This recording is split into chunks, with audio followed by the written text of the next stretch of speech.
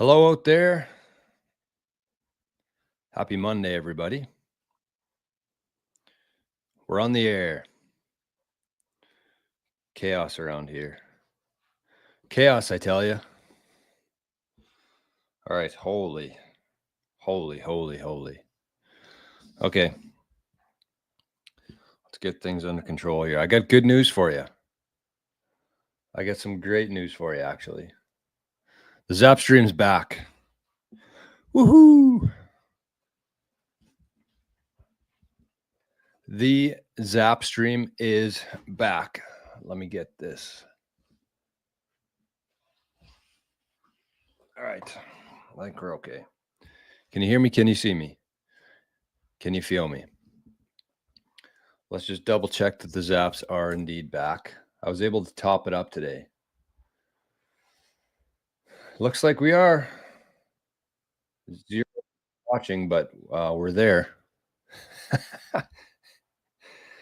And just in time for Rescue Dog Monday. Just in time for Rescue Dog Monday today. So all the Zaps from today's show will be going to our Rescue Dog Fund, which is, let me get an updated number for you here before we go any further. 315,868. Wow, what a number. 315,868. That's where we currently sit for the Rescue Dog Fund. We're going to be going, we're going to be moving that to our first UTXO when we hit 500K. That's a plan. Oh, I got too much stuff here. I think today is going to be like a cleanup day, get my shit together day. We'll see. So with that in mind, let's get to her. Who's here? Who we got? Bodie. Good morning, living in the future friends. Good morning, Bodie. Oh, we got a green light. Oh no, that's the wrong one. That's the wrong green light. It's a Noster green. Oh no, that's the right one. That's Zapstream. I'm not used to that one being here. All right, Letha. 88 sats for the dogs. Start the day. Thank you, Letha. Timber Crasher is here. Morning, Timber Crasher. Letha's in both chats. Love to see that. Thank you for the first zap. And the first comment we should give some props to as well, Bodie. We got Rex. Morning Stackers, Bitcoin Buddha, $1.52. Retro Beaver, Pipeline, Duncan. Retro Beaver says, stacking some serious sats. Thank you, lettuce hands. I just don't know who could possibly be selling Bitcoin at this time in history. I just don't get it. Although I do get it because, you know, when you live on a Bitcoin standard, for the most part, when you convert the majority of time and energy into Bitcoin, then it makes sense. I think Odell had a good post about that yesterday. About if you're what was the post? If you never sell Bitcoin, you're short Bitcoin. Or you have too many dollars. Something like that. All right, we got a couple zaps rolling in here, folks. Let's see what we got. Oh, what the heck's going on here? I got too many green lights up in here. I don't know. Oh, look who, no, he's gone. Thought he's here. Rising River Blues. Good morning, all. Let's jack up the rescue fund. Hell yeah.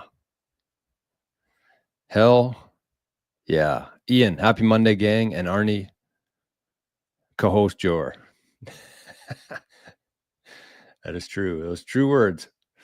Okay, well, we got a couple people watching over in the Zap stream. It's good to be back there. It was nice to have holy shitski, what is this? That's a big zap for the dogs. Oh. Wow. It's going to be crazy looking back in like 10 years from now. I don't know how these videos will be archived or how we'll access them or anything. But somebody just zapped 60,000 sats. Somebody sent, not somebody, BitBilly sent the same amount in on Friday. This one's for the dogs, though. 60,000 sats. 10 years from now, I just picture this whole thing playing out. I don't really know what it's going to look like myself in terms of the fund or anything or how it's all going to work. But like 60,000 sats, do you know how far that's going to go in a decade from now? And how much, I don't know. It actually blows my mind. So I don't know who that was from. 60,000 sats. Please somebody take credit for that, because that is a massive, massive donation to the fund this morning. Wow. I got a couple people I see in here who might be the culprit of that, but if you want to, maybe not though. You know, if you're throwing around that kind of, who knows? I'll leave it to you. But either way, thank you. It might even be on the Zap stream here. No, it's not. Anyways, wow. Wow. Sachi, everyone see Bitcoin yesterday evening, straight ghost chain. Yeah, I saw that actually. 30 blocks in a row where the mempool was empty. I think I looked at it about 4 o'clock yesterday afternoon and it was dead.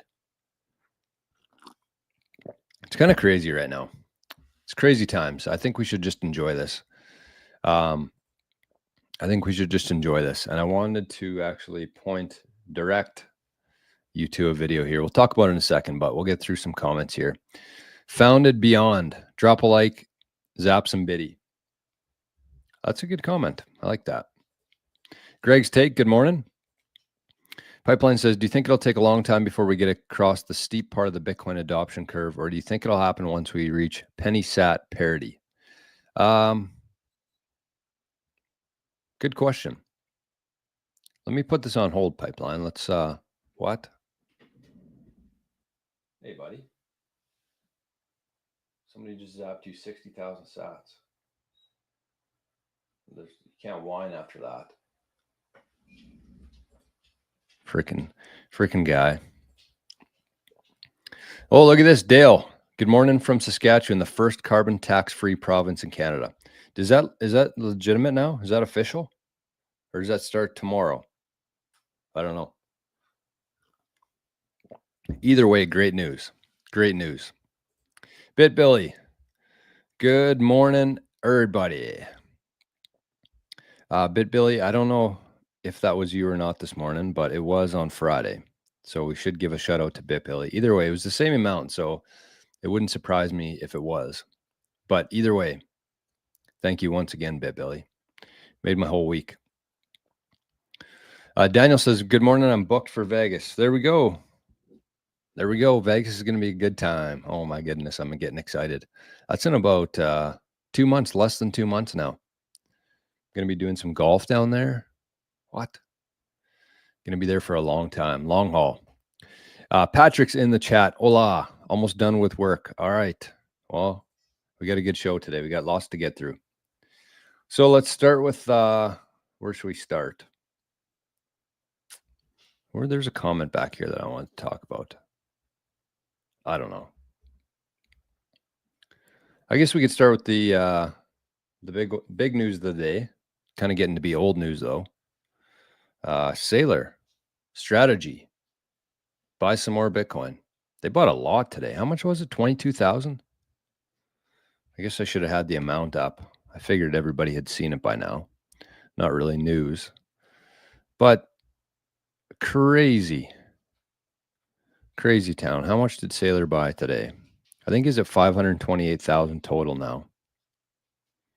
Let me bring this up quickly and just double check my my numbers. Strategy acquires 22,048. Whoa, great number.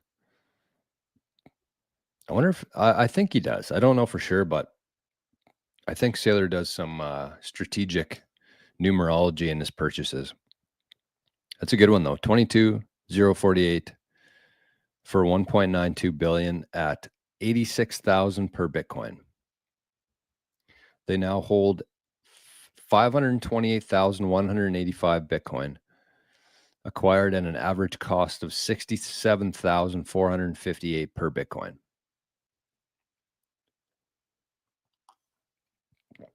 I'm not sure anybody's gonna. Well, no, actually, I know that nobody's gonna catch them. When stars align. Good morning. Late to the party. No, we just started. We got a long show. I think it's gonna be probably a long show today. We got a lot of stuff to get through. So you're not late. You're actually early, I would say. Tajavi. Good morning, Jor. Because of your channel, I've finally started looking into Noster. Appreciate your content. I mean, how could you not? Look at this place. Look at this place. I'll show you something here. This was the post from today on Noster. Zap this to guarantee yourself a great Monday. All zaps from this note and from today's daily Bitcoin journey stream will go to the Rescue Dog Bitcoin Fund. Real original name there. We now have over 300,000 sats in the fund, and we will create our first UTXO once we hit 500,000 sats, including full proof of reserve. There's Arnie boy right there. And got some zaps. 74 sats. I thought there was more than that on there. Maybe they're just not all pulling through. But either way, nothing else exists where you can do that. Nothing else exists where you can make a post and somebody can send you, what is that, like 5 cents worth of value today. 5 cents today. So there's Noster. I'm glad you're in on it. I'm glad you're involved. I think every Bitcoiner should be. Any Bitcoiner who has had their green light turn on, that green light's getting a little bit of traction. I feel like I should write a blog or something just to explain it, get it into the history books, because I think there's something there. Like I've got a, that's probably my most well-received analogy that I've had so far was the green light. But any Bitcoiner with the green light turned on should 100% be on Noster. Like it's not even a question. It's that's a demand. Actually, speaking of that, let me share this on Noster that we're live. Let's get some Noster folks in here. Oh no, that. So okay, never mind. Yeah, that is out to lunch. That we get 640 on that post. Anyways, let's share this on. There we go. We are live.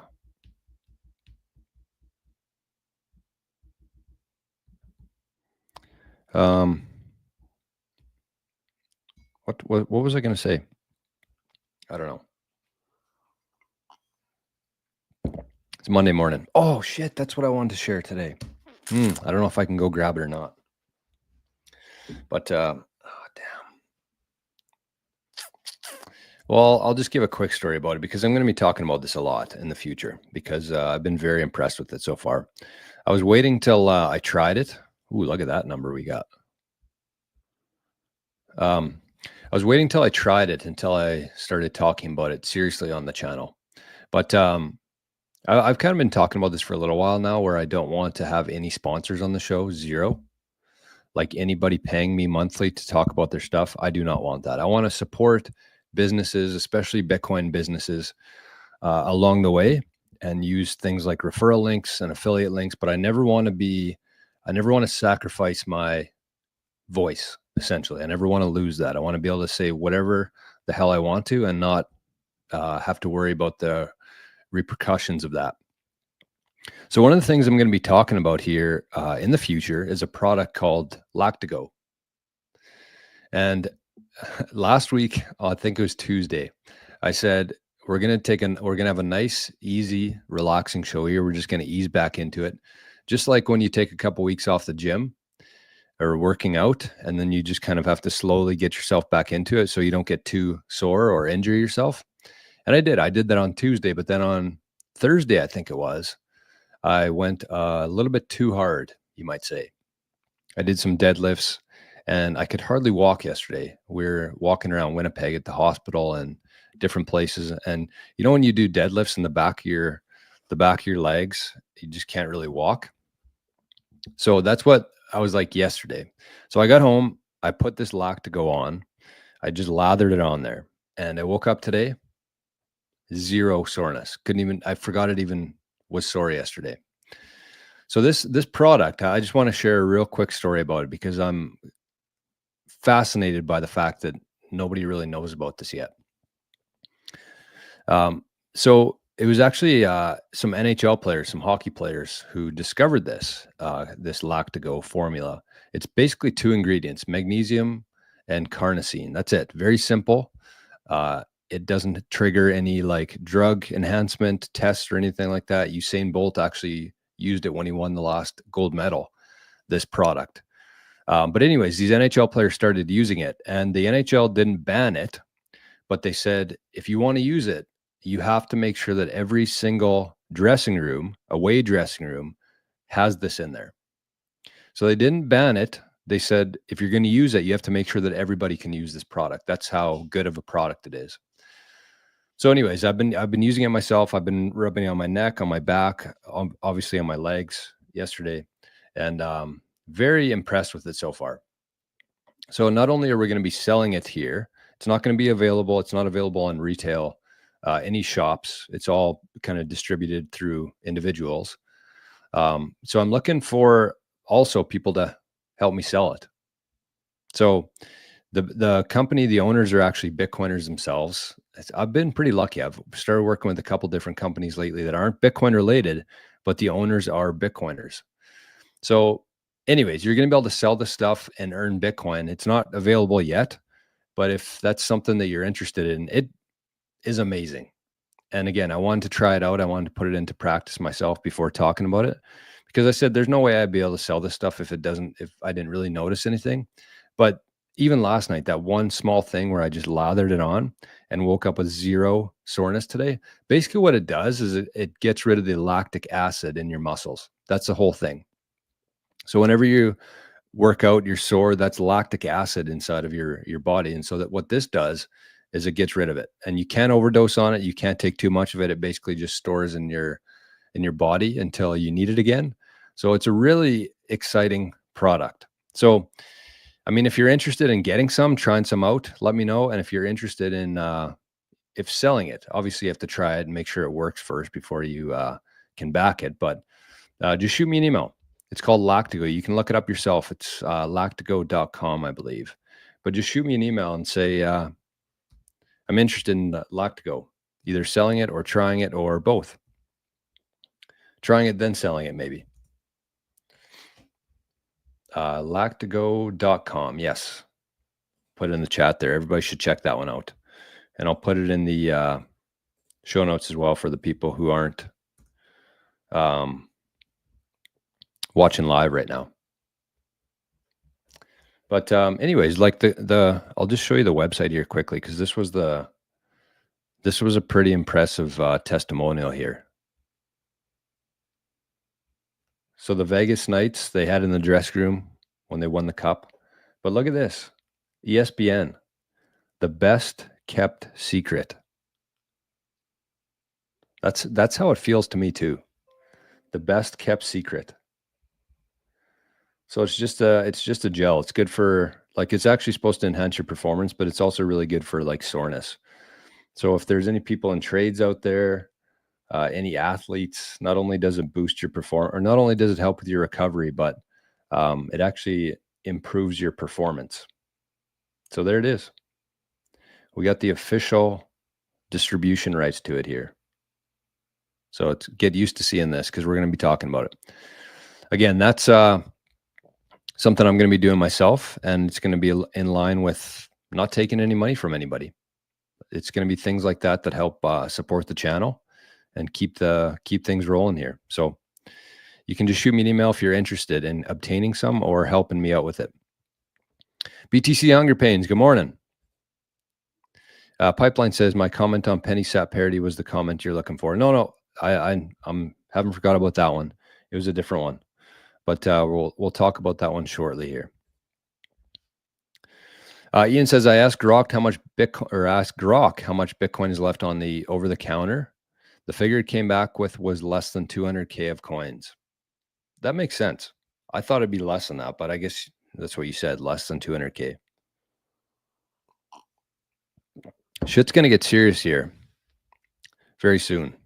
We're about to find out what true scarcity means in the world. Buck52 says, Orange pilled my waiter this weekend. He said, don't I need a bunch of equipment? Oh, man, that's right on brand with Bitcoin. There's just so much confusion and misconception around Bitcoin in the mainstream. It's crazy.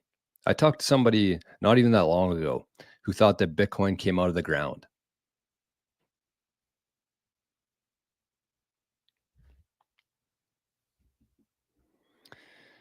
And yes, I left an intentional 5-second break after that just to explain how nuts that is. Hey, Rick Costa. Morning, buddy. Don't forget to smash the like. Don't forget to zap the dogs either. Okay, we just got a bunch of notifications here from Noster. All right, let's keep this train rolling. Sam has 0.1 Bitcoin. John has 0.25 Bitcoin. Jack has 0.5 Bitcoin. Who should be in multi-sig? I would say Jack for sure. John should be learning about it. And Sam should know what multi-sig is.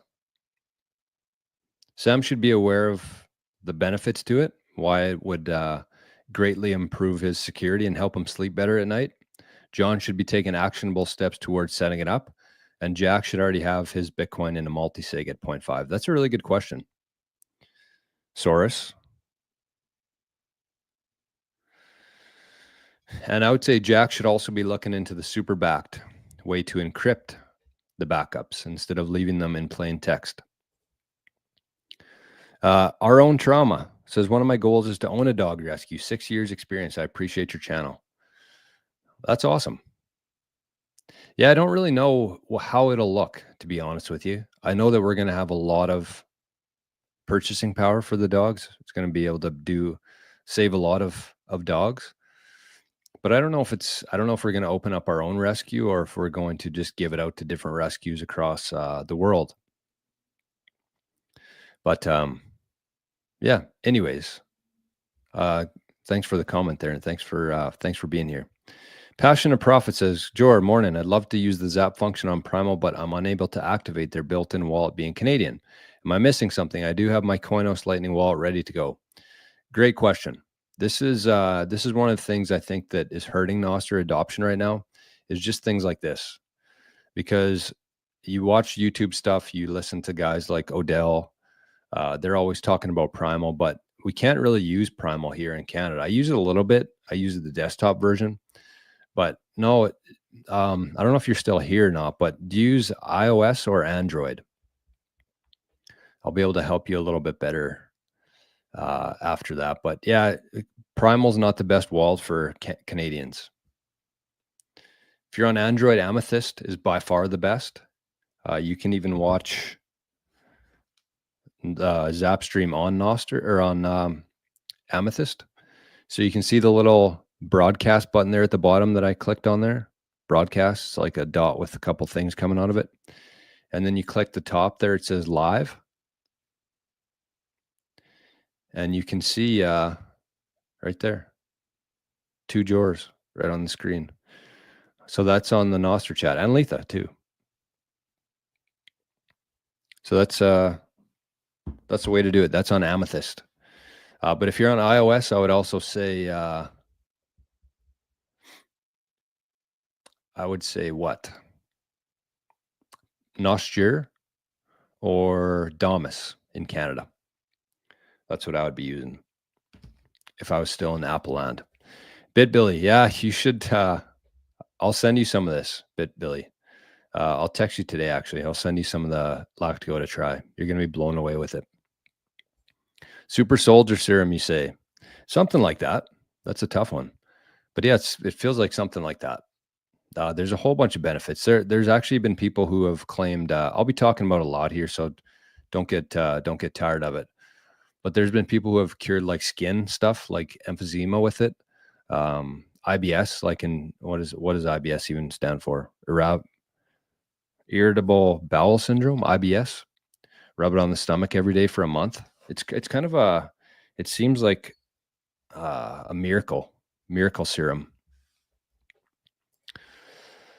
Wednesday. What's Wednesday? People are scared of things they don't understand, like electricity. Yep.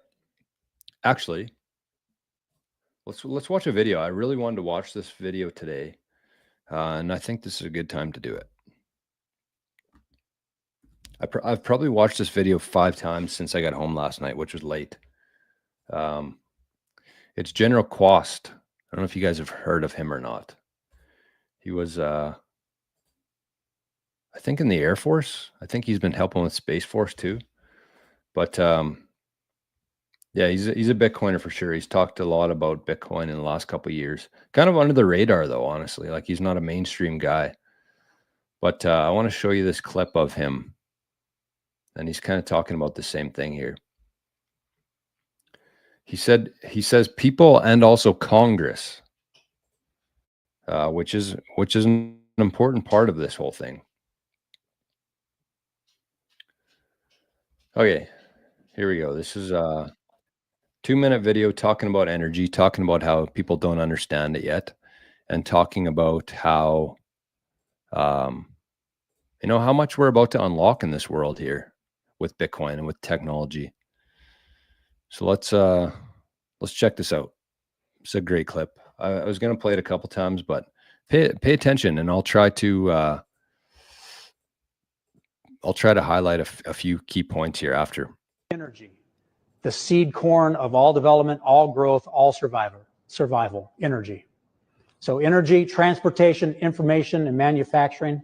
These are the things that change humanity, that will change world power, and they are descending upon us in ways that are very unique. The technology is on the engineering benches today, but most Americans and most in Congress have not had time to really look deeply at what's going on here.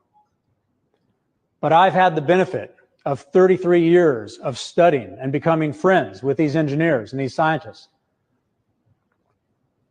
This technology can be built today with technology that is not developmental to deliver any human being from any place on planet Earth to any other place in less than an hour, to deliver Wi-Fi from space where you never need a cell tower to connect, to deliver energy from space where you never have to plug your phone in and it trickle charges and you can use that energy over time. It can be applied to cars, to houses. The technology of Edison and Tesla that we live with in our energy environment, our paradigm today, is expensive, it's dangerous, and it's wasteful. Plug it into the wall, but yet that's what we all do because we are used to paradigms. The power of space will change world power forever. And it doesn't have to be a big country to do it. It can be a small island country, let's say New Zealand. Because the technology, if optimized, can change world power, and there's nothing you can do if you don't have that power. The nature of power. You either have it and your values rule, or you do not have it and you must submit.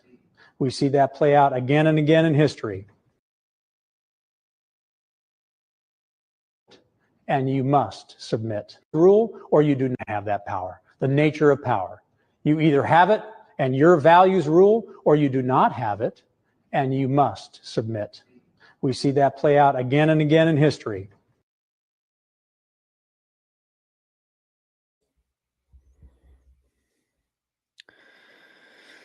So that last part there, the nature of power. So this is something I've been thinking a lot about lately, because this is the one of the narratives within mainstream right now is like, oh yeah, Trump, he's he's all about Bitcoin, but what happens when Trump's gone? What happens when the Democrats get back into power?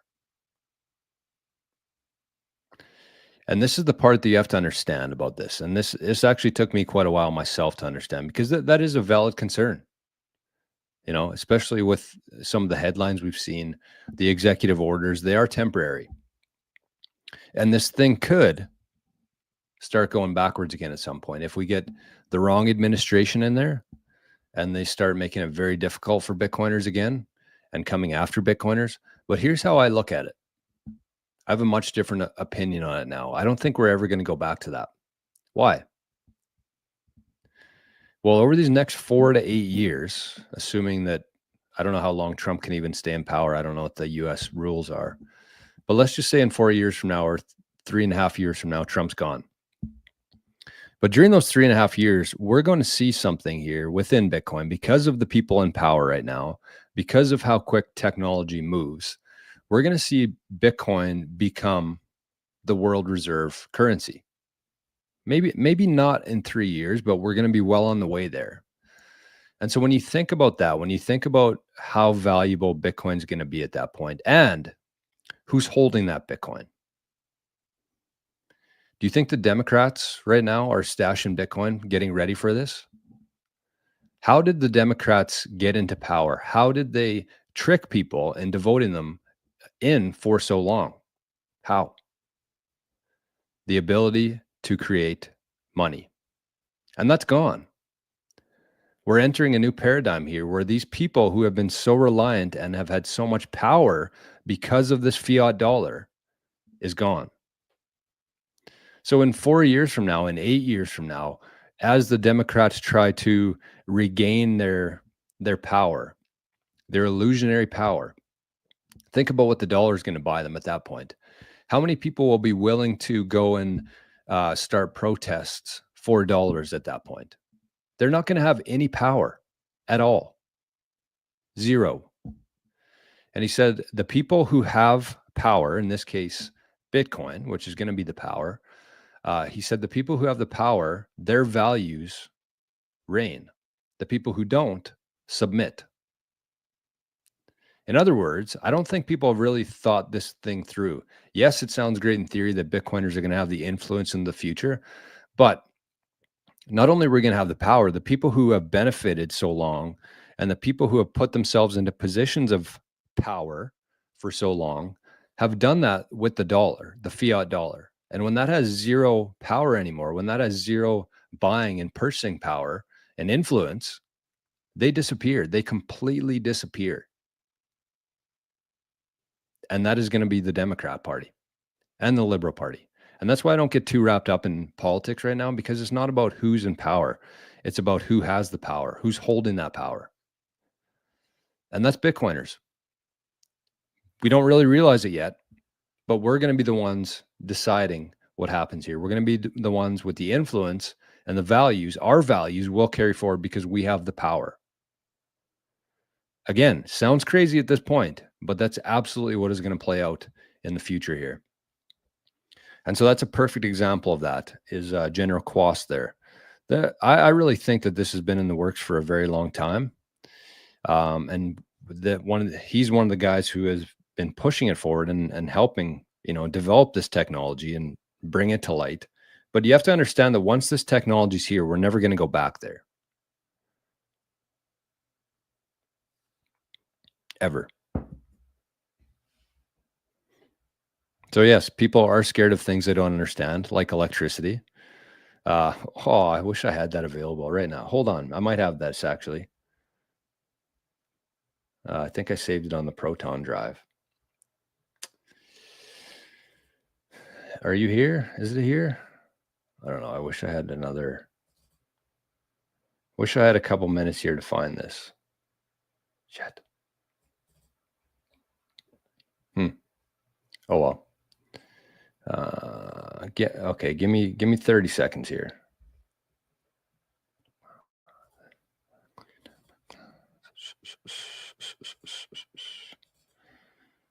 I need to start naming these better. I need to get my I need to get this more organized. That's not it. Got to be close here. It's got to be close. This is taking too long. Anyways, it was a magazine article from like the 1800s, late 1800s, when electricity was first becoming mainstream. And there was it was a picture of a power line with like a big skull and like people running away because they were scared of it. When it was electricity, that's what they were trying to say, that it was a bad thing. At the time, the magazine also cost 5 cents. So it goes to show how broken our money has become and how this happens all the time throughout history, where there's a new technology, a new thing that people are scared of. And it's usually the people who benefit from the old system who are pushing that narrative the hardest. Separate X says total Bitcoin ETF incremented only about 5K Bitcoin in the past 3 months, but that is concerning, isn't it? I don't think so.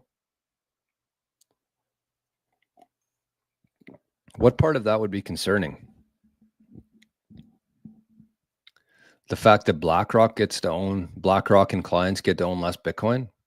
Who cares? Keep in mind here, this would be different if BlackRock themselves was owning the Bitcoin, but their clients are the ones who are driving that demand. And, for the last couple months since Trump took office here, Bitcoin has been fairly choppy. It's just been going sideways. People are losing interest. And so that doesn't surprise me at all. I'm surprised that that's actually a net positive at this point because people just don't understand Bitcoin. People don't understand Bitcoin. BlackRock's, I'm sure, trying their best to educate their clients on it. But for the most part, their clients don't understand Bitcoin. So it would make sense that they haven't been, there hasn't been a whole lot of demand for it. Nathan says, understanding Bitcoin today feels like getting to the movie theater early and looking under your seat to find the film script that you got a chance to flip through before the movie starts.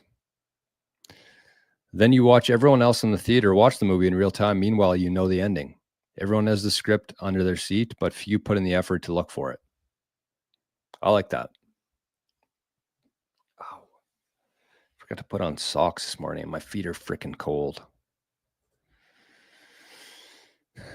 Great, a good analogy. I'm thinking you're talking about Nathan. I like that too. That is, tariffs on Wednesday to kick in. Gotcha. What's that, April 2nd? Yeah.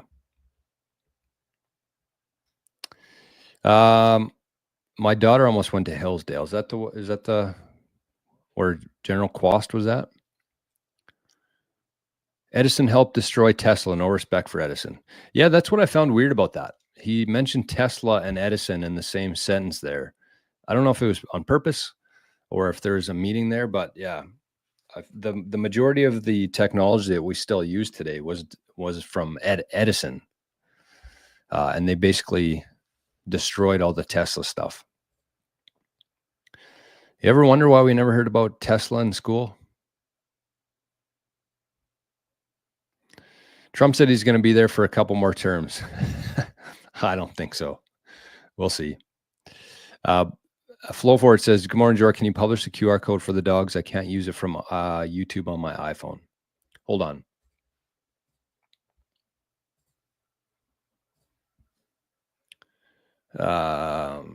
You can actually just do this. I'll put this in the chat for everybody here who can't use the QR code. That is the tough thing about having it on the screen, is that if you're watching this on your phone, then it's pretty hard to do. So there's the address for the rescue dogs. It's just rescue@coinos.io. Passion to Profit says, I'm on the fence for multi-sig. I feel keeping a simple protocol for recovery is best for family. 12 words on steel and a strong 13th passphrase is awesome. I mean, it's up to you. I think once you think some of these things through in your head, you might change your mind. Don't I was here a very short time ago where I thought 12 words on steel with a passphrase was kind of like the best option, but there's much better ways to do it. And again, once you think some of these scenarios and attack vectors and vulnerabilities that we have within Bitcoin, once you think through them fully, you realize that you don't want 12 words. You don't want anything on steel. Passphrases are good. It's kind of like a good stepping stone, but it's definitely not the end of your journey there. That's kind of just the beginning of it, I would say. Bunny rabbit running through the yard. Where you want to get to is obviously, I think the best place to start would be going into a multi-sig. They're fairly not hard to set up. There's some things that you have to be aware of before you get into a multi-sig. But I would say start if you're just getting into Bitcoin, this is kind of like my progression. Start with it on, just leave it on the exchanges for a little while until you figure out, how to protect it. Then move it into like a hot wallet, like Aqua, like Moon. I suggest Aqua. And then move it into like a hardware device, like a cold card. Then you can set up a passphrase from there. But yes, put your 12 words on steel. Then get it into a multi-sig where you got 3 different devices and you need 2 of them to sign a transaction, which adds a really solid layer of security to that. And then from there, that's when you actually go into the process of encrypting those backups for the multi-sig. That's going to be your best possible Bitcoin security setup. Plus, what we offer actually plugs into your inheritance plan too. So if something were to happen to you unexpectedly, then you're okay. It's all taken care of. Very detailed breakdown without giving away any sort of information to the person who's holding that document. And the end goal is basically you can have full ownership of your Bitcoin without having to trust anybody else. And you don't have to have any trace of Bitcoin in your house. That's kind of where you want to get to. But again, it's a process. It's not something where you just buy Bitcoin and skip to that. There's, 3 or 4 things you got to do kind of before that to get to that, the best possible security there and inheritance stuff. So we're actually the only Bitcoin advisory company that offers that solution right now. And we've been pretty busy with that. So I would say if you got a significant amount of Bitcoin and you want it to be protected as best possible, shoot me an email, joe@bitcoincitadel.net, and just put super backed in the title. I'll send you some information and then we can set up a quick call to discuss if it makes sense for you or not. Buck52 says the cat is out of the proverbial bag. 100%. You can't put the genie back in the bottle, and it is out there and it's never going back in there. And I think once you understand that, then you're going to take steps towards spending some of your time and energy on security and inheritance versus just being excited about Bitcoin. So glad I'm in Bitcoin. Yeah. Amen. Amen to that. Nathan says, currently reading The Big Print by Lawrence Lepard. Highly recommend. I've heard that's a good book. Haven't got through it yet. Man, I've been neglecting here. I'm not used to having the Zap streams back. Wood Butcher said, AC Tesla beat out DC Edison. Yeah, seems like we're moving into energy and frequency vibrations kind of world here. That's what he said. He said you won't need to plug anything in anymore, which sounds crazy. But so we're going to be able to, he said, trickle down energy from space, where it can just slowly trickle charge your phone, power your devices. You don't have to plug things in. That's kind of like the next evolution of humanity here. Pretty exciting. Pretty exciting. People thought it was magic. Yeah, no doubt. That's how Bitcoin feels too. The 20th century saw governments go from warfare to welfare. All this talk of trade war, this kinetic war, that old. We are in the software now. Power to the people. 100%. 100%. And Bren says, paper hands is the perfect name for it. Wall Street traders get to play with other people's money. I bet is paper derivatives, IOUs, until you self-custody, that is. Yeah. I mean, at the same time, this is kind of how I look at it. Like, yes, agree. I don't have any ETFs myself. I own 0 of them. But for somebody who's just kind of getting into Bitcoin, there is a very steep learning curve there. And, you can get burned pretty bad if you buy Bitcoin and you don't know what you're doing with it. Even though you watch a YouTube video on Bitcoin and they say, not your keys, not your coins, until you self-custody, you don't own it, which is true. But I think people should be a little bit more comfortable with either leaving their Bitcoin on an exchange for a little while. I wouldn't use Coinbase, even though they are the biggest one, but I wouldn't use Coinbase. But if you can find an exchange that actually holds Bitcoin for you for a little while until you get your feet underneath you, I think that's a good play, honestly, in the meantime, for a couple months. Or you buying an ETF. Both very low risk ways to accumulate Bitcoin and to get exposure to Bitcoin. And then over time, yes, you move it into your self-custody, you move it into your Aqua wallet, and then you move it into your cold card, and then you get 2 more cold cards and you set up a multi-sig, and then you encrypt the backups to that. But you can't take shortcuts in Bitcoin, because that's how you lose your Bitcoin. So absolutely agree, Brennan. But there is a time and a place for leaving your Bitcoin on an exchange and buying an ETF. Unpopular opinion probably in Bitcoin, but it's the truth. I've seen more people lose their Bitcoin because they went too fast, too far too quickly. They jumped ahead of themselves. I've seen more people lose their Bitcoin that way than by losing it on an exchange or in an ETF. Doesn't mean it's not going to happen, but I'm just saying the majority of people who lose their Bitcoin do it themselves because they're not ready to self-custody it. So yes, unpopular opinion, but I think that it's something worth talking about. Hey, look at this. We got a Zap here. It showed up on my phone, but not on Zapstream. Why? From Duncan. 888 sats for the dogs. Thank you, Duncan. Sorry, we've got, I'm having kind of a hard time keeping track of all the Zaps today. For the dogs on Noster, this phone, that phone. But anyways, it's good. Good problem to have. Daniel says, TDS is real. Yep. Is it ever? It's fucking crazy. I was actually having this conversation with my dad and brother on the weekend who do suffer slightly from TDS without really knowing it or acknowledging it. But anyways, my dad is staying at somebody's house. He's in Winnipeg with my mom. So he's staying at somebody's house and they're having a conversation about Trump. And the lady that he's staying with said, you know, I like everything that Trump does. I just don't like him or the things that he says.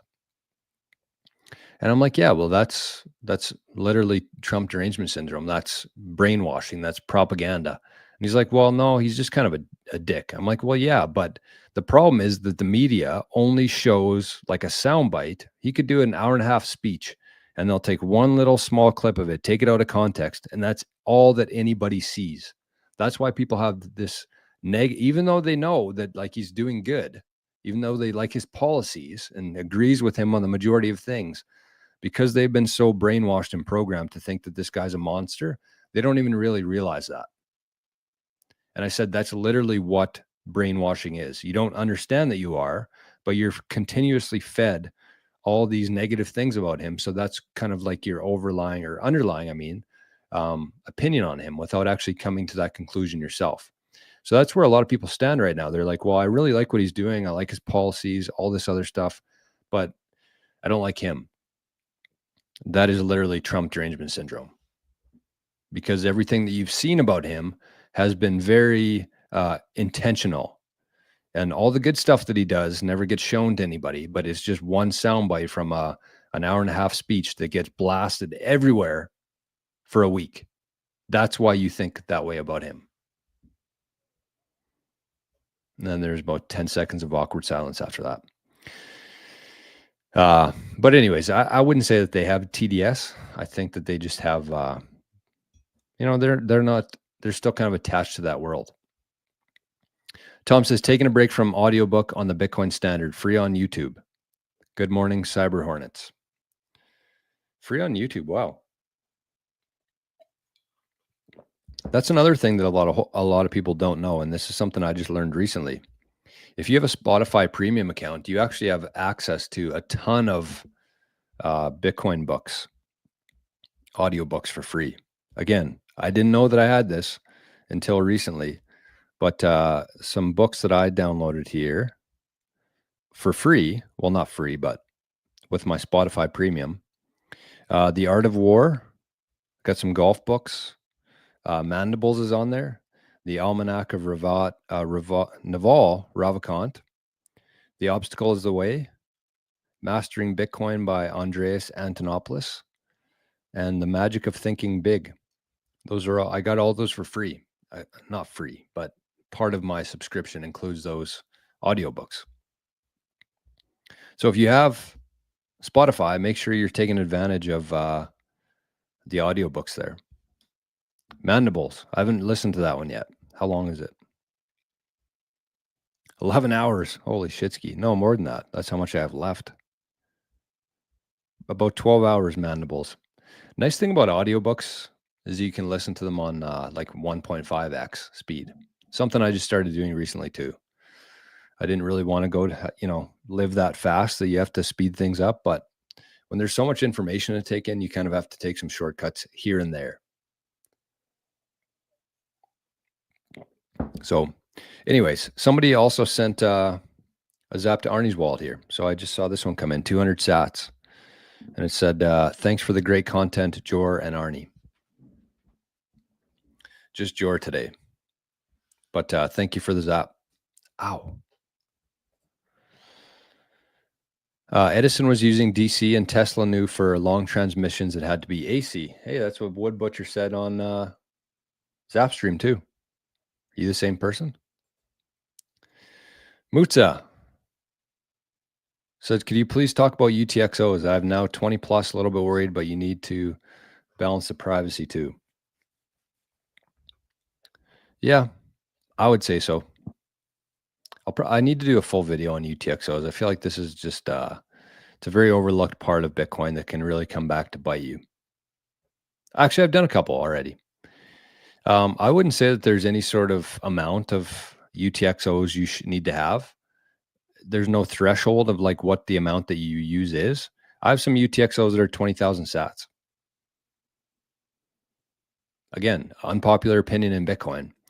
But I also understand what those 20,000 sats are going to be worth one day when I go to spend them. So if I can spend 20,000 sats in one shot, then it doesn't matter. It's just one UTXO that I have to move there. So there's just so many narratives within Bitcoin where the people who have been in Bitcoin for so long, they're still kind of stuck in that, or they think that you need like 1 million sats before you can get a UTXO. I wouldn't suggest having like a whole bunch of 20,000 sat UTXOs, but you can always consolidate them. When there's a day like yesterday where there's hardly any traffic on the network, you can consolidate them. I feel more comfortable having my sats in my cold card than on Speed Wallet. So, or on Coinos. So I usually wait until I get to, let's say 100,000 sats before I move it into a UTXO. But I'm not like, I don't wait until 1 million, because 1 million sats is a lot. And, like you said here with the privacy, the problem with larger UTXOs is when you go to spend those in the future, whoever you send them to is going to be able to trace that back to your UTXO and see how much Bitcoin you have. So there definitely is a big trade-off between privacy and fees. And me personally, I know I'm going to hang on to my Bitcoin for a very long time. And so I worry less about the fees and more about the privacy. I hope that makes sense. And if it does, give Arnie a zap for the question. Santino, good morning. Buck 52 says 369. That's right. Free energy. 100%. Been there the whole time. Yes. Yes. Scotty says, hey, Jor, any update on the 8 Satoshis project? Would we look on Patreon for any updates? Yeah, I actually meant to do like a stream for everybody in 8 Satoshis. I was going to do it last week, but my life's been very unexpectedly chaotic here for the last little while. So keep an eye out for that, Scotty. I'll definitely, it'll be on Signal, it'll be on Patreon, and I'll probably even mention it here on the YouTube. So you're not going to miss it. But that's going to start December 1st, 2026. So I got a couple plans for that. I got to figure out if that's best or not. I'm working through a few different ideas with that. But anyways, yeah, there's not a whole lot to report yet. T. Jacobson, good morning. Good to see you. Bots incoming, yeah, because I was talking about Trump, probably. Wait for Alan King, Roger Johnson, Alien Johnson, Roger, I don't know. There's lots of bots out there. Oh man, speaking of that, I got to give a shout out to Jerry Legendary. I was watching his stream on, when the hell was that now? Thursday, I think. He's been doing live streams every 6 p.m. So I'm actually gonna have to change I usually do my replay of the show at that same time. So I'm gonna have to change the time of that replay now so I don't overlap with Jerry's stream. But anyways, he had some bots in his chat the other day and he was actually interacting with them.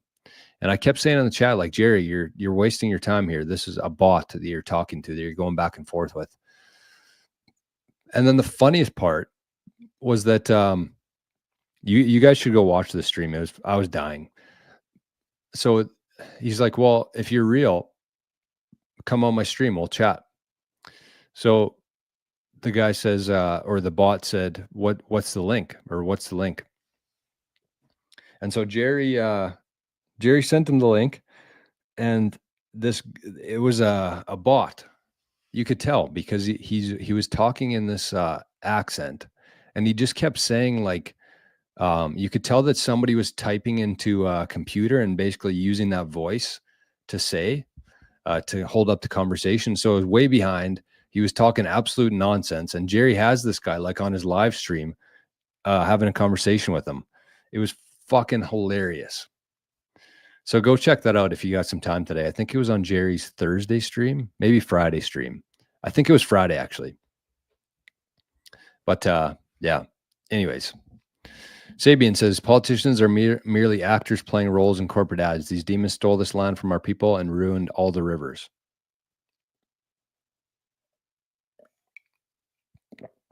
You know, I agree with you, but at the same time, politicians, governments, all these big entities who, yes, have definitely done their best to destroy what we have here, for sure, in the name of control. But you have to understand that all of these organizations and government entities and things like this are just people. And yes, there's a small group of people within the same bloodline who have had control of this world for the last 1,000 years. But you have to keep in mind that all of these politicians, all of these government people are just human beings. And a lot of human beings are good people. And so, yes, I know they get caught up and they get, incentivized to do certain things and say certain things. But this shift is happening back to a much different world. And there's going to be no government that can stop it, no entity that can stop it. None of these politicians will be able to stop it. They're going to be completely irrelevant. And there are a lot of good people in this world. And when you have open source technology, when you have things like Bitcoin, when you have energy and information, then everything changes. And that's what we get to live through here going forward. Tom Joe with the Shooting Stars of Wisdom again, getting my daughter to set me up on Spotify. Yeah, that again, that was something that I just kind of learned recently, is how many free audiobooks are on Spotify. So you don't need like an Audible account and a Spotify account, one or the other. I don't think they're all available on Spotify, but there's a really good selection for sure. Sachi says, I wouldn't worry about consolidation all the time. There's always slow days on the network when fees are low. Like last night, I consolidated all of my UTXOs below 500,000. Yep.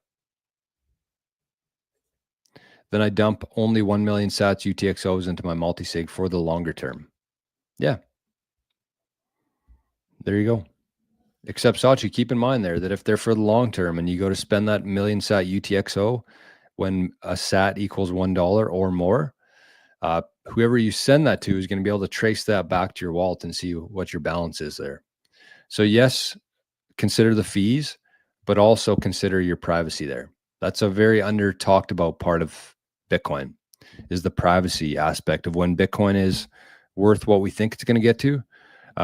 You're going to have to figure out a way to send that to people and spend it without triggering, them seeing how much Bitcoin you have. Because imagine that. Imagine today, in today's world, you had $1 million and you wanted to buy a new truck. So you take your $1 million in the bank from your bank account and you send them a bank wire or a check or an e-transfer for that truck. And you send it to them. And then they look back and they'll be able to see how much money you had in your bank account. That's what would happen. That's what will happen for people who are obsessed with like huge UTXOs in the future. Whenever you go to spend that, whoever you send it to is going to be able to see the balance in that UTXO, how much Bitcoin you have. And again, doesn't seem like a lot today. 1 million sats, not a big deal, but it's going to be. So these are the things that you must be thinking about. You must. Okay, look at this. We got a couple zaps here. Oh, there you go. I peer pressured them into sending a zap. Said, thank you, sir, for the answer on my topic. 150 sats. Thank you. And 500 sats. And also thank you for everything. I've learned a lot of things from you. Well, thank you. That's very nice of you. Very kind of you. Appreciate that. Very good point, George. Something I've never considered. Yeah. I don't mean to sound cocky here, but there's a lot of Bitcoin channels out there who do not talk about the important stuff, whether if they don't know it or not, or if they just intentionally talk about other things that'll get more clicks and more shares and more AdSense revenue. So these are the kinds of things that you need to be thinking about if you're in Bitcoin today. And that's what we talk about on this channel here. Hey, LaughPad, missed you. Good morning, LaughPad. Got to teach kids about Seward's Folly. What the hell's that, Tom? I don't know what that means. Catch you soon. Scotty says, so if you have UTXOs that you think are too big, you could split them up by sending between your own wallets. That would work. Yep. I mean, here's what I'd say to it. I wouldn't recommend doing anything now. Like, don't reverse yourself here. Don't do that. That's bad advice. I don't want to give bad advice here. Don't worry about it. The thing that I would say is, let's say that you had a couple like really big UTXOs or 1 million sat UTXOs. Like, that's fine. Consider those ones to be like the UTXOs that you're going to hold on to forever in your family. And then any Bitcoin that you accumulate going forward, don't worry so much about the UTXO size. You can make smaller ones. And then when the time comes that you have to spend some of that Bitcoin, you can use those smaller ones because you're going to be getting more Bitcoin today. It's not like you're going to get to 1 Bitcoin and then just stop buying Bitcoin. We're going to forever be trading our time and energy for more Bitcoin. So don't go backwards here. Don't like start panicking that you have too big of UTXOs, but just consider that in the future where you don't need to get to 1 million before you move it. And the ones that you do have, the larger UTXOs that you do have, you can just keep those for the very long term, for the next 10 generations of your family. So don't go backwards here. Just in the, going forward, you can create some smaller UTXOs that you can spend in the future. Does that make sense? Yeah, and this is kind of that's kind of what I'm saying here is like take a look at your Bitcoin stack, put like 50% of that into one UTXO or 40 or 60 or whatever, something like that.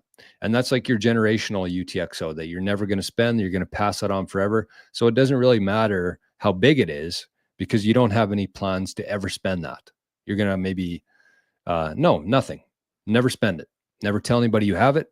It's for your family. And then you have a secondary UTXO of about 20, 25, 30% of your stack. And that's what I'm planning to use at the bank in the future. So the reason I say that is because if you had all 80% of your stack into one UTXO and you wanted to go take a loan against some of your Bitcoin, you're now going to expose that Bitcoin, that whole 80% UTXO to the bank. So they're now going to know how much Bitcoin you have. Whereas if you had planned ahead and you kept 50% to yourself, they don't ever need to know that you have that Bitcoin. So that's why I have like a 25% UTXO as my second one. That's what I'm going to be comfortable lending with. And it might turn into like a generational one too, depending on how high this thing goes in my lifetime. I might use like a 5% UTXO with the bank. But these are the things that you have to be thinking through here. Okay, I just seen a post here. Yeah, there it is. She showed up. I saw this magic number. Okay, this looks like Bodhi here. 3 minutes ago, 8,888 sats from our guy, Bodhi, Bitcoin Generations. Thanks, Bodhi. Thank you, my friend. Laughpad says, my Strike DCA went through, but my fiat payment method failed, so Strike was left on the hook for the money. It's a perfect example of fiat being toxic without final settlement. Yes, bingo. Bingo, bango, bongo. In order for Strike to be instant for the end user, they have to send Bitcoin before they see the fiat. Otherwise, their customers will go to a platform that will allow instant trade. Fiat. Shit. True.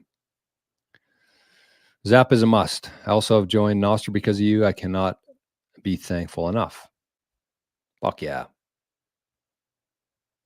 I wish I had a stat of how many people have joined Noster from the 88 Sats radio channel. Be a cool one. Be a cool one to look back on. Okay, we got another zap here. From Scotty V. Thanks for answering my question. Helps a lot. No problem. You didn't have to zap for that. That was just a common question, my friend. 8 Satoshis is going to be it's going to be a really good community. I got a lot of plans for the 8 Satoshis. I'm kind of fine tuning a few things. I don't know how many people I want to get involved in it, but either way, it's going to be like a perfect library for anything that you need in Bitcoin. It's going to be, there's going to be a chat. There's going to be a place where you can buy and sell Bitcoin. I don't know how like formal it's going to be. I think it's going to be like more low key, but like instead of selling your Bitcoin to the exchanges, you're going to have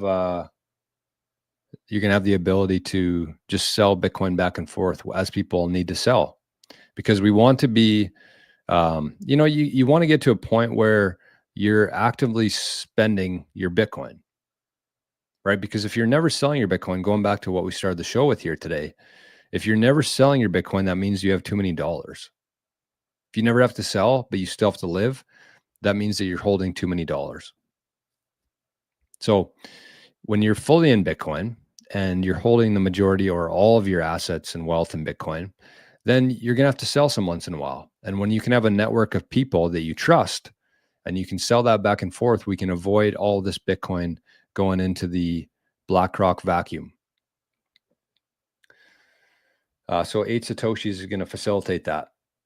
Daniel zapped 888 sats. Zap stream is on. I wonder why I don't see the show on Fountain. That's a good question, Daniel. Thank you for the zap, though, my friend.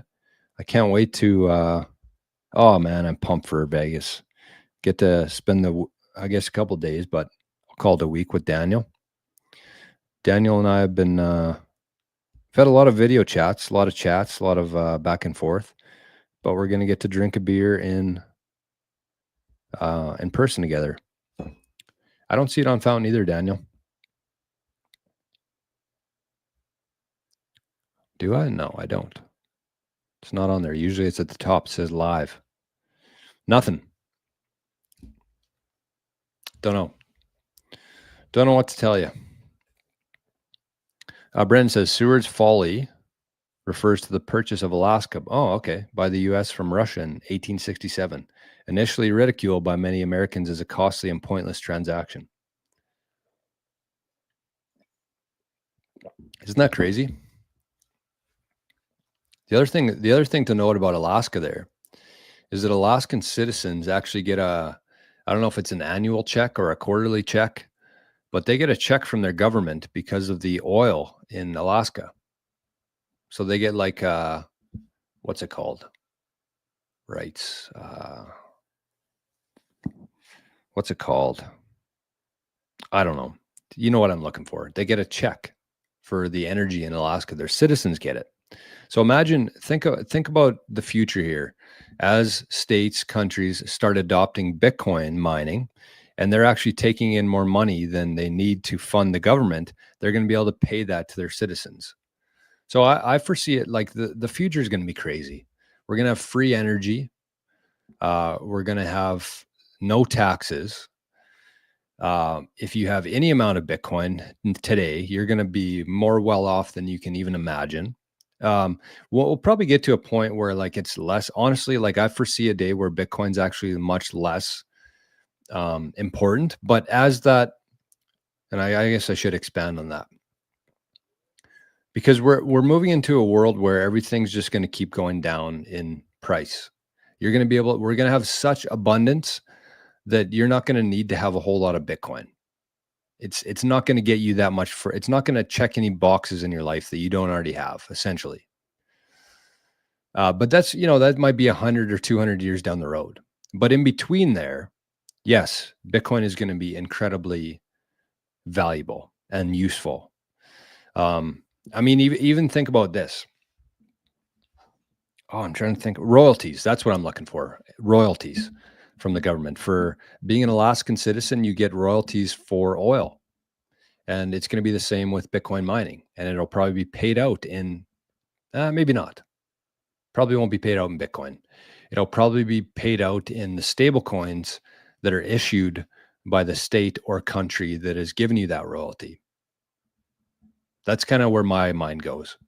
But anyways, we were driving in Winnipeg yesterday, and I was driving with Bridge, and we were talking about what were we talking about?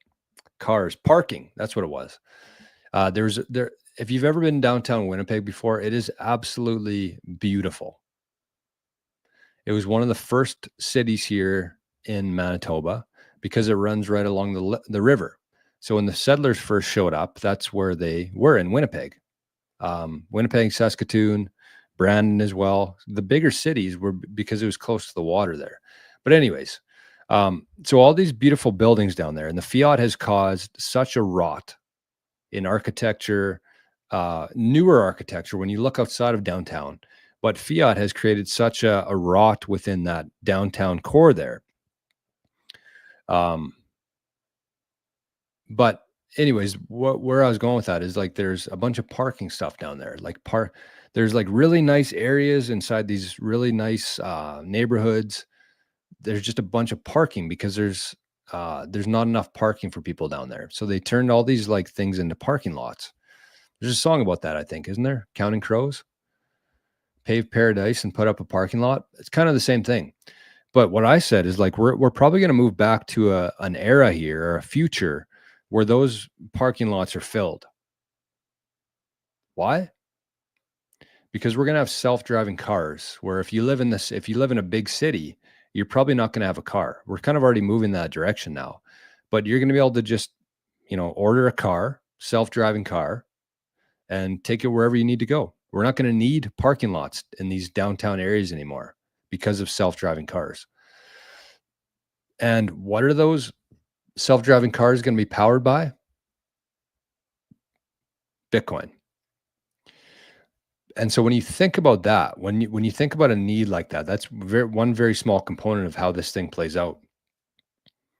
But if everybody's using that and there's only so much Bitcoin, how much do you think a taxi ride in a self-driving car is going to be at that point? Maybe 5 sats, maybe 2 sats, and then a quarter of a sat to go wherever you need to go. And so people at that time, they'll be working for sats, and they might get like 10 sats an hour or whatever that may be. And they're going to have to pay a portion of that to get around, for transportation. But for the people who are in Bitcoin today, think about, that's why, that's my whole reason for this channel, is just to explain how valuable this stuff is going to be. But like, if you get 1 million sats now, what is going to be 2 sats to go somewhere it's basically like being a multimillionaire in today's terms. That's not too far away. So that's going to be for like self-driving cars. That's going to be for like the people that work for you, the AIs that work for you. You're going to have so much more leverage because you're in Bitcoin today versus the people who show up later. they're going to have to pay for it. They're going to have to buy those sats to fund these self-driving cars, to fund these AI agents, to fund the robot that walks around your house and cleans it. So it's going to be the future is going to be incredibly cheap for Bitcoiners.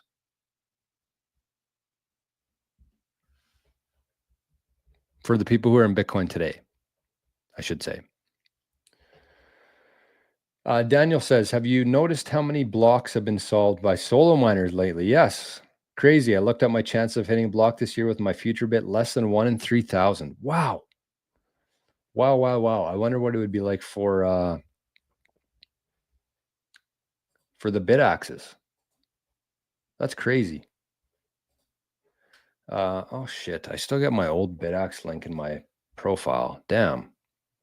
There's actually been quite a few people in the last week ordering BITAXEs from my code.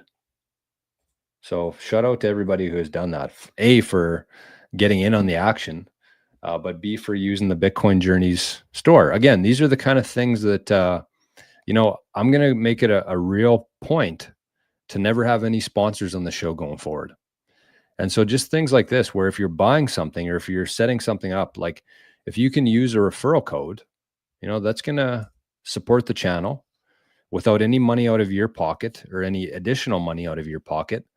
And we don't have to have any ads on the show here. So I just shared the link there for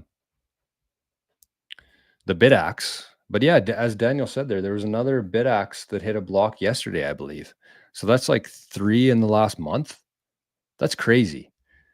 You know what? I didn't even check if it was me.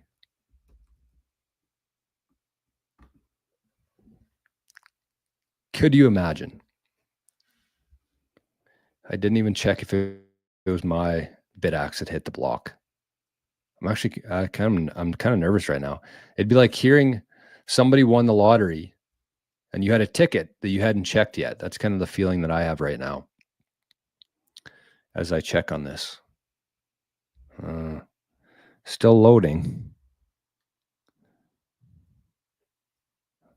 Still loading. But yeah, just in case you're somewhat new to the channel, we have a Bitcoin Journey store that's with Matt from Solo Satoshi. So I shared the link in the live chat there. I'm seeing some confirmations come through here. Looking for a 3.125 transaction. Finish loading.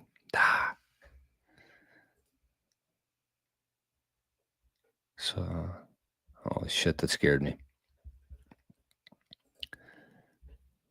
I have I have both BITAXEs now. It wasn't me. I have my BITAXE wallets here in my Sparrow, just labeled BITAXE 1 and BITAXE 2. And that's how I'll know if I ever hit a block, is if I got 3.125 Bitcoin in there. So the reasons why you would run your own BITAXE, a couple of reasons. Obviously, it's like a lottery ticket. So you can hook it up to you can solo mine, which is essentially all or nothing. You're going to be paying about, I don't know, $3-5 a month in energy costs, maybe, for it. But if you're solo mining, you have no guarantee of ever getting any of that back. But every 10 minutes, you're in the Bitcoin lottery, where if your BITAXE solves the equation, you're going to get 3.125 Bitcoin. So that's one reason you get to be part of the lottery. It's much better than buying lottery tickets or scratch tickets. Number 2, you get to decentralize the network. Every BITAXE that's set up around the world decentralizes Bitcoin, which is what we want. And thirdly, you get to learn about mining. I foresee a world where, especially if you live in like a mild to colder climate, everybody's going to be utilizing Bitcoin mining to subsidize their heating in their homes.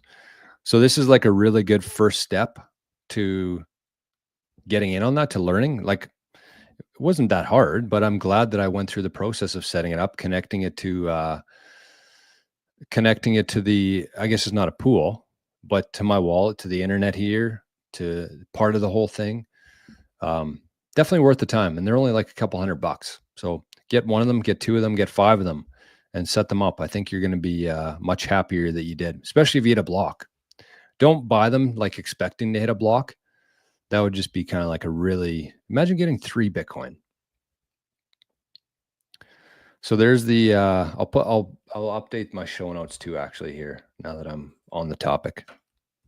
Oh, so if you're watching this later and you can't see the link that I shared in the chat here, it'll be in the show notes. What? Oh yeah, okay.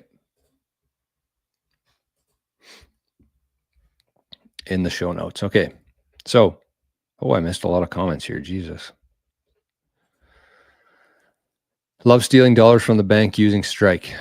Always takes a while before they notice it's gone.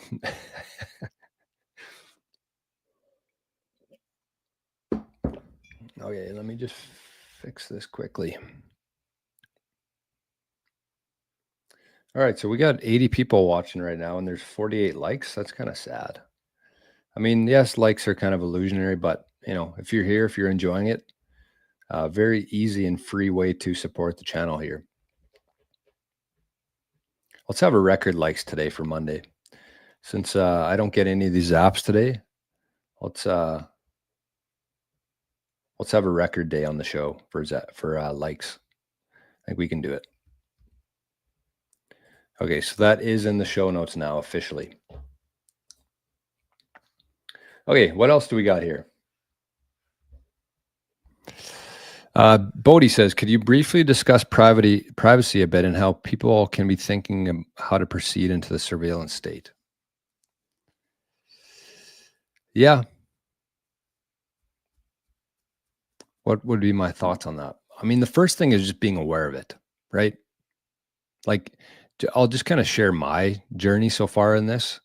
If you rewound about 2 years of my life, I had zero regard for privacy. It never crossed my mind.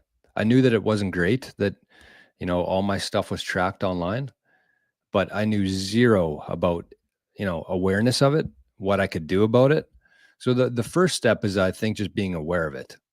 And if you can just take small steps in your life every single day towards privacy versus surveillance state, that's the way to do it. You never want to go, just like within Bitcoin, you don't want to get into privacy and start doing things that you don't know how to do, moving too quickly. I think that's probably the worst thing that you can do, because you're going to create a whole lot of stress in your life. So just take it very slow. Look for like one thing you could change, you know, as much as you can. It could be email. It could be the chat that you're using, like using Signal instead of WhatsApp. Like very small changes like this over time will make a huge difference for you.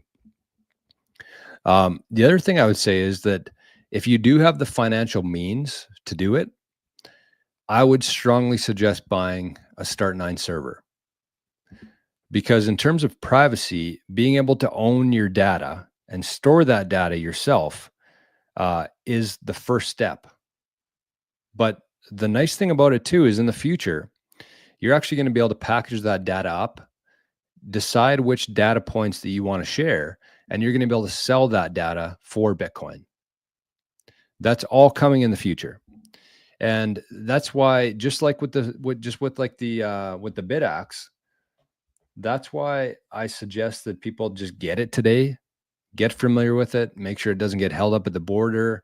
It's going to be like a step in the right direction. Okay, just hold on a sec here. But with the Start9, like that's kind of why I got one. Yes, it's good to run a node. Obviously, that's what every Bitcoiner should be working towards. But the other part of it too is that's why I want to become familiar with it, because when that time comes, when we're actually able to install open source apps and send that data to our Start9 server, and then package that data up and then sell it for Bitcoin, that's going to be a really exciting time to be alive. And I want to get ahead of it. I want to be very familiar with how to do that before that time comes. So that's why I think that you should be thinking about this stuff today, if you have the financial means. Again, if you don't have that much Bitcoin yet, don't be buying BITAXEs, don't be buying Start9s, don't be buying cold cards. Get as much Bitcoin as you possibly can right now.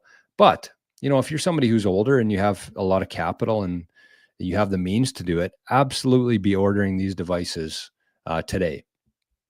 because we really don't know what's coming down the road in terms of like governments shutting their borders, them getting seized at the borders, postal workers opening them up and screwing around with them.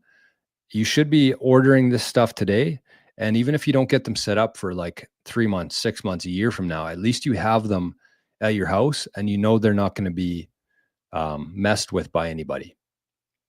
That is going to ramp up. That's going to be a real threat to Bitcoiners over the coming years, is these products and devices getting intercepted and messed with, and then people just losing their Bitcoin because they waited too long to get it. So that's the case again for cold cards, for BITAXEs, for Start9 servers. So yeah, if you have the means to do it, definitely get yourself a Start9. And again, don't need to set it up tomorrow, but just get it into your possession. And so there's the link there. You can use the code 88sats. That'll get you about $60 off of your Start9 purchase. 50 or 60 US. The code 88SATS. So that's what I would say. That's a really good question, Bodhi. But again, the most important thing there is just to be aware of it. Because if you're not aware of it, there's nothing you're going to do. And if you are aware of it, you can take slow steps in the right direction there. Laughpad says, what's your thoughts on Primal and Primal Premium? Well, I don't really use Primal here at all. We talked about that kind of earlier in the show. It's very hard to use here in Canada right now because of the Wallet Connect. I don't know. I wouldn't worry too much about Premium, honestly, on Noster right now. I would say that just post as much as you can. Grow as much as you can. Connect with as many people as you can. I don't know. I don't even know what the point of Premium is on there. So I'm probably the wrong guy to ask. But yeah, I'd rather focus on the content versus like the check mark. Daniel says the Trump family announced a big investment in Bitcoin mining. It's all happening. Saw that. That's crazy that Don Jr. and Eric announced mining. I think it was with Hut 8. Pretty sure it was with Hut 8. And that didn't even make my list of news today. Sabian says, how can stolen land be sold and never indicted? Who sold it? Is that for Alaska? I'm not too sure. Daniel says, next season of Landman, they'll be setting up Bitcoin miners in the oil. Probably. That wouldn't surprise me one bit. That's absolutely going to happen. There's going to be Bitcoin miners on every oil field, every household, every shop. Just imagine what Bitcoin is going to be worth at that time. Yeah, Hut 8. There you go. Trump's sons take 20% stake in U.S. mining venture with 61,000 ASIC rigs. Hut 8. Brent says, I love in The Big Short when they show clips of the downtown Vegas with horror film music. That place is hell. Yeah, I mean, I'm not really looking forward to the city itself, but just the people that we're going to get to see. There we go. BTC Hunger Pains. I got my Start9, my first node. Sabian says Primal rules. Yeah, I mean, if I was in the US, I'd probably be using Primal a lot more. But I still prefer Amethyst, even the user experience compared to Primal. So just my thoughts. What is your favorite wallet to connect to a node? Sparrow. Sparrow is very, very easy to connect to a node. Like silly easy. Even for me. And there's Daniel in the chat. Look at that. Sparrow. Yep. Set up core electors and mempool on Start9, then connects via Sparrow to the Tor address. So if you're looking for help, if you're somebody out there who's going to be ordering a Start9 and you're looking to spin up a Bitcoin node and connect to your own node, Daniel is the guy to talk to, one of the guys to talk to.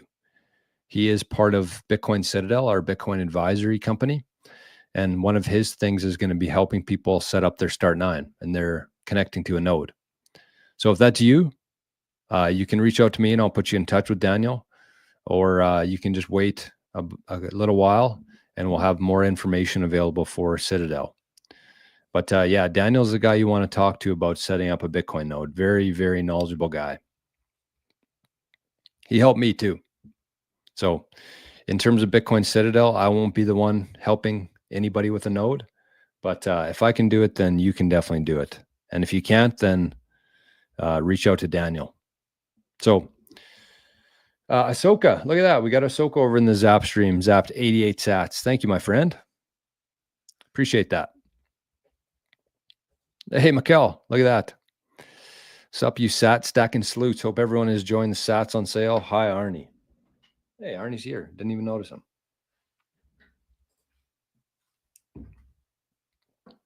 King Arnie is in the chat. He's having a little snooze. He had a big weekend in the city. So there he is. Arnie boy. Arnie boy's done a lot of growing up in the last month here. Lots of growing up for the man. Bodhi says, Matt is out of stock on some of the BITAXEs, but hang in there and check back often. I think there was still some on there, though, if I'm not mistaken, unless it happened recently. But Bodhi actually did a really good interview with Matt from Solo Satoshi. So go to, if you got some time today, I think it was about a half an hour interview-ish, maybe a little bit less. It was an in-person interview, actually. Where are we here? Bitcoin Generations. Are we doing a show this week, Bodhi? Are we back?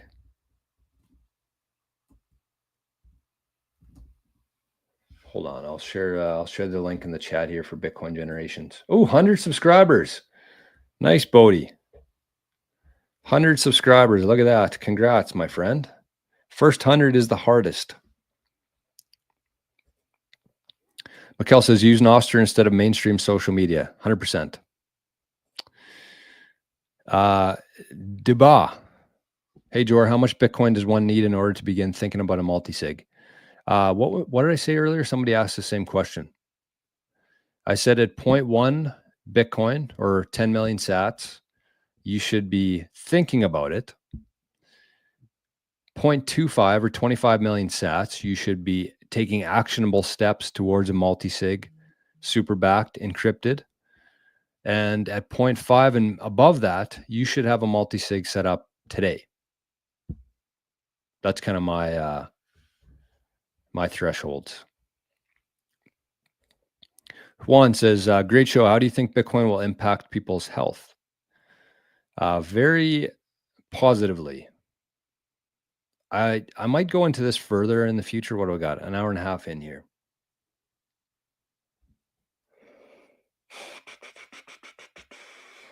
Yeah, okay. I'll maybe save this for a different day. I've been thinking about this. I got a new thesis that I'm working on here within Bitcoin that has to do with health. So I think that it'll actually, everything's going to change. People's health will be included in that as well. I'll expand on that later in this week. I got a couple things I want to talk about specifically, and we don't have time today.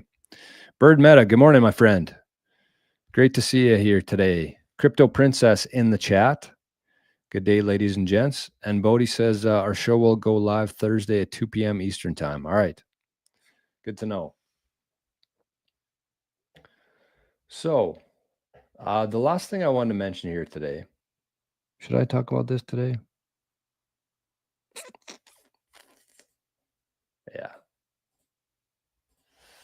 Yeah, we could talk about it.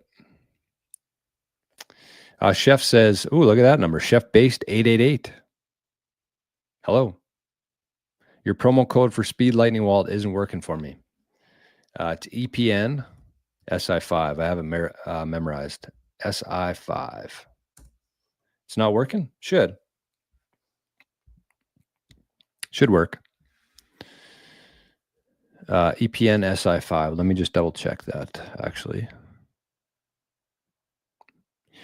Jerry's been talking about the Speed Wallet quite a bit lately. He's a big fan. Speed Wallet is great. I actually have it connected to my... No, it's not for me. Okay, shit. Well, I don't know why it wouldn't be, because it seems to work for others. So I'm not entirely sure why it wouldn't work for you. That doesn't make any sort of sense. Yeah, EPN SI5.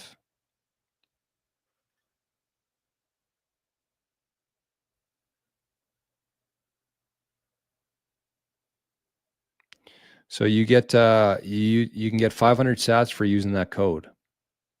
EPN SI5. Very easy to do. Very easy free 500 sats for people to get here. Just download the Speed Wallet, which I love as a wallet. This Speed Wallet. It's what I have connected to my Bitcoin Well account. So when I buy Bitcoin using Lightning, it goes to my Speed Wallet, and then I send it to Aqua, convert it to layer 1, and didn't work for me back when I got the Speed Wallet. Interesting. That's shitty. Are you using 1 or 5? Or sorry, I or 5? I'm pretty sure that's an I. EPN SI5. It could also be a 1 though, but I don't think it is. It looks like an I to me. Used I. Okay. Well, I don't know. I don't know why that would. What did it say? Did it say like referral code not active, or it doesn't work, or did you just not get free sats when you used it? Because I think you have to spend 1,000 sats before you get your 500 sats. Anyways, it obviously works. That's what it says on my screen here, and there's been people who have used it successfully. So I don't know what would cause that. So shitty, but that's way she goes, as Ricky would say. Way she goes. Oh, I don't know what else to talk about. I mean, I have 5 things I want to talk about, but we're already at an hour 40 here. So,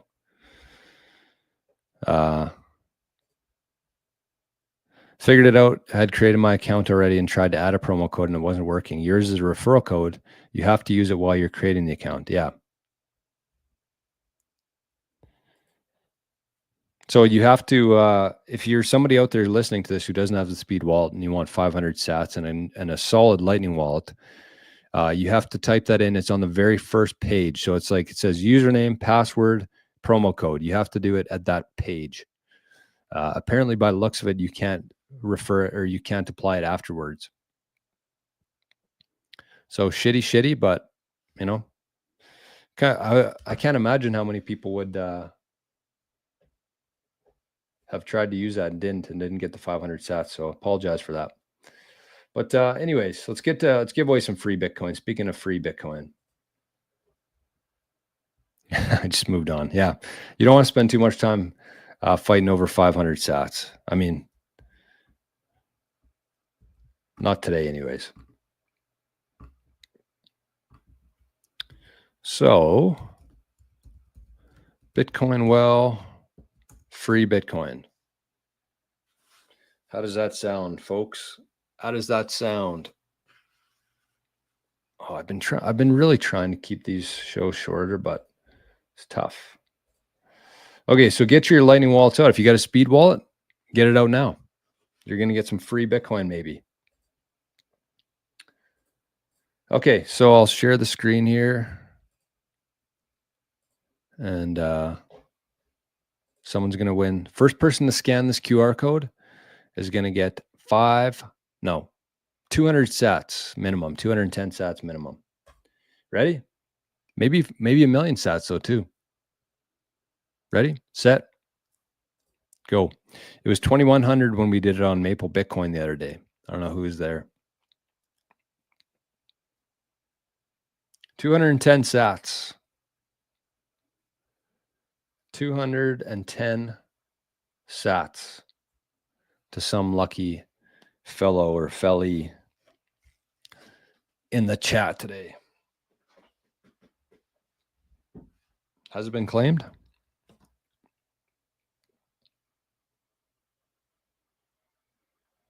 Claimed. So those sats, once again, are courtesy of our good friends at Bitcoin Well. bitcoinwell.com/Jor if you want the best Bitcoin platform in North America. You can use Bitcoin Well. You can set up a recurring buy, which I suggest everybody does. I'm actually going to be bumping up my recurring buy now because I cut out one of my monthly payments recently. So instead of making that payment, I'm going to be setting up a new recurring buy at Bitcoin Well to a separate wallet. And that's what I told people. Set up a recurring buy, send it to a Speed wallet or a Coinos account, and just forget about it. Let it build up for like 2, 3, 4 months, maybe a year. Go back and check in there, and it's going to make your whole month. I compared it to going to the gym. Like when people start going to the gym, they weigh themselves, they go work out, they weigh themselves the next day, they work out, and they get very demotivated because change doesn't happen that quickly. So just like within Bitcoin, when you're trying to stack sats, zoom out, forget about it, just focus on doing it versus like what's the outcome is. And then just focus on the process there. Be consistent, let it compound. Folsom says, I love when you're late, then I can catch the end. Oh, like running late. Yeah. Late show. We're an hour and 40 minutes into this thing.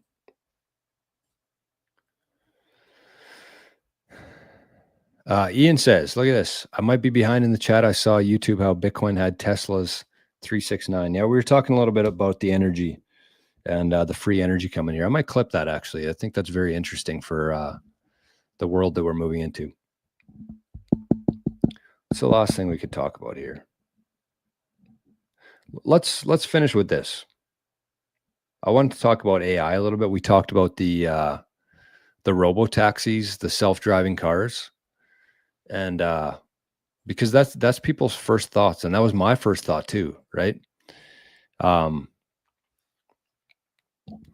So we were driving yesterday, and I said, like, in a couple of years or a decade from now, nobody's going to own cars in cities anymore. It's all going to be self-driving cars. You're going to be able to pay for that in Bitcoin. And of course, I used to think the same. Bridge said, well, what about when it's snowing? Or what about this? And what about that? And I was like, well, there's sensors, and there's sensors in the tires. These vehicles already have these sensors. And I said, the difference though is that robots, AI, self-driving cars, they don't get tired. They don't have bad days. They don't drink and drive. So it's scary to us right now to think about this concept of self-driving cars. But when you compare it to humans and how many variables are involved with humans, not only like being bad drivers, but they could be drunk, they could be really tired. Robots don't do any of that. They just drive. They don't get tired. They don't get drunk. They don't have bad days. So I'm no longer scared of this anymore. That's kind of how I've changed my perspective on it. And something else that reinforced that thought for me was, my mom is still in the hospital. She's doing better, and I appreciate everybody who has been sending in some love and some messages. She's starting to do better, but every morning they come around with a crew of doctors and respiratory therapists and dietary workers. And so they have a team there, and they give all this information to the doctor. And then the doctor takes in the information and says, this is what we need to do. This is what we need to give them. This is how long it should be. This is whatever, right? So they have all these data points, all these different respiratory, dietary, whatever, physio. They all have these different data points. Doctor takes that in, and then he spits out a suggestion, path forward.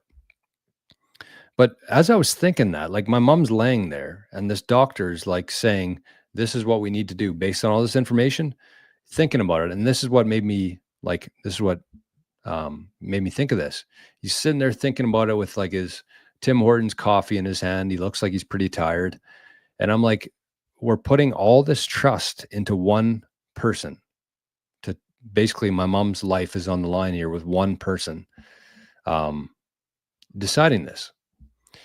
And I thought, we already have the technology here. You could take all these different data points from all these different professionals here, put it into an AI, spit out 3 or 4 or 5 different options, and show the pros and cons of each. And then a team of doctors could assemble and decide which is the best path forward, which is the best option there, instead of one person sitting there and deciding basically the future of my mom right in front of our eyes here. Like, that just seems so archaic to me, the fact that we're still doing that.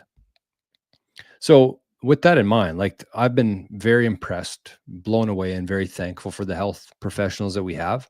But I just think that, it makes more sense to be putting all of this information that we're already collecting, put it into an AI, and let the AI come up with a couple different scenarios and their opinion, but then have real human doctors decide which one makes the most sense. Because again, AIs don't get tired. AIs don't get in fights with their wife. AIs don't have opioid addictions. AIs don't have drinking problems. AIs don't need sleep. Like, that's kind of what we're comparing here, right? As scary as this future sounds here, we have to think about it like this. Humans have a lot of errors themselves that we just kind of accept. But what if the doctor was having a bad day? What if he got in a big fight with his wife before he came to work and his head wasn't perfectly clear and he recommended something to my mom and it was not the right decision? How many times has that happened in history before? So AI no longer scares me. I realize that AI is where we're moving to, and I think it's actually going to be a very net positive for the world for these reasons. When you think about it from that perspective versus like this big scary thing, very similar to like the electricity, going back to that, when people were scared of electricity and light bulbs, thought that it was going to, kill everybody, take over the world, electricity. And when you understand that energy and innovation and technology is what drives us forward and helps us, achieve the next level of our civilization, then you just think about things differently.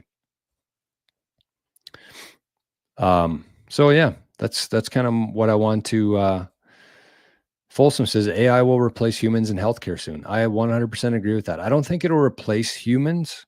Hopefully it will never replace humans, but I think it'll be a very nice addition to what humans can do and help humans make better decisions within healthcare. That's how I see it. AI is being put into some hospital rooms in the US. And surgeries too. That's another part of it. AI is already using surgeries. And I think we're going to probably see that here in the future, where the robots are doing the surgeries while there's humans kind of like making sure that, it's moving in the right direction. It's moving very slow, but it's doing, the right things. And they have humans there on staff in case something were to go wrong there. But yeah, I mean, it just makes so much sense to me. Folsom says, when my FIL his father-in-law got his test results, I copy pasted in a chat GPT and told it to explain to me like I'm 10. There you go. That's another big part of it too, is when the doctors and the staff there are speaking in medical terms, like, I had no idea what the fuck they were talking about. None, zero. And that's not very helpful when you're trying to communicate and make sure everybody's on the same page. So if you could have, something like AI, translate that into a language that we can understand, that makes way more sense to me. Ahsoka is up to another 210 sats. Thank you, my friend. Appreciate that. We got a couple, we got a lot of zaps today. So I thank you. It's good. It's for the dogs. I'll have an update here soon, next week for the show. I'm thinking we'll be damn near close to 400,000 sats for the dogs here. How exciting is that? How exciting is that? Tom, exactly. Exactly. This is a great way to put it. Tom says, not using AI is like turning a screw with your fingers. 100%. 100%. Neo says AI will open up new jobs, but close others. Yep. You can probably find a job that is talking to other humans in the future. Yeah. Same as anything, same as any new technology. Yes, it kills certain industries, but it unlocks more. It's definitely a net positive. Anytime there's innovation, technology advancement, it does kill certain jobs in certain industries, but it unlocks way more in the longer term. So I think that's it for today. We're coming up to 2 hours here, and I see some people have sent in an email today, which is good. We got a couple questions on super backed. We got a couple on Lactigo, and we got a couple more. One for 8 Satoshis. All right, good to see. So there's the email there. If you have anything that you want to chat about, including the Lactigo stuff, including super backed collaborative custody, except we don't hold any keys to it. You can just shoot me an email there and we can set up a call. We can set up a chat. I can send you some info.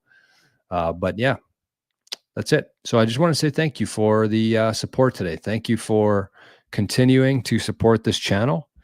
We're going to go as long as we possibly can without taking any sort of ad revenue, which I love. I always dreamt of a day where I could actually do that. When you're first starting a channel, it seems like just here's the process. Here's the process that I went through, and I'm sure other people will go through or have gone through as well. You start a channel. And you think, you know what? I'm going to do things differently here. I'm not going to have any ads. I'm not going to have any sponsors. I'm going to do this all myself using value for value. That's how people start. And then after a couple months, you're like, holy shit, I've made zero money here. I need to feed myself and pay for the mortgage or pay for rent. I need to get a sponsor for the show. And then if you stick with it long enough, you can actually say, you know what? I don't need sponsors anymore. I can actually, using Bitcoin, using other ways, we can actually fund this without the need for sponsors. So I've kind of gone full circle here with that. And I plan on doing that in the future because I think it's incredibly important for me not to have any sort of outside influence for products, for services, for wallets, for devices, for anything. I just want to give the best possible advice without any sort of influence there. So the people who support this channel are making that a reality for me. And I just want to say thank you very much for that. And on Mondays, we do it for the dogs. So we got some big contributions today. So, the last thing I wanted to say here, sorry, I keep saying the last thing over and over again, but I did want to mention this because this was a fun one. Because if you've been watching the show for a while, I had this idea of, instead of trying to get one Bitcoin, just get like a 14 million sat UTXO, and then a 13 million sat UTXO, and then a 12 million sat UTXO, and keep going down. And then eventually you'll get to one Bitcoin. Those add up. So I said that was a nice way to look at it, a much less intimidating way to look at it.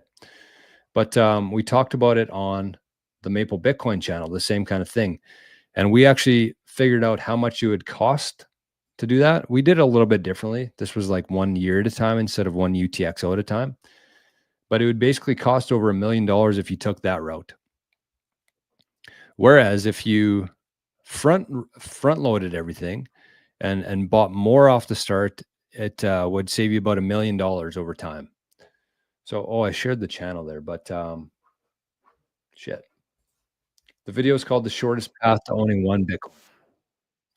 So make sure everybody checks this out today if you got some time. The shortest path to owning one whole Bitcoin.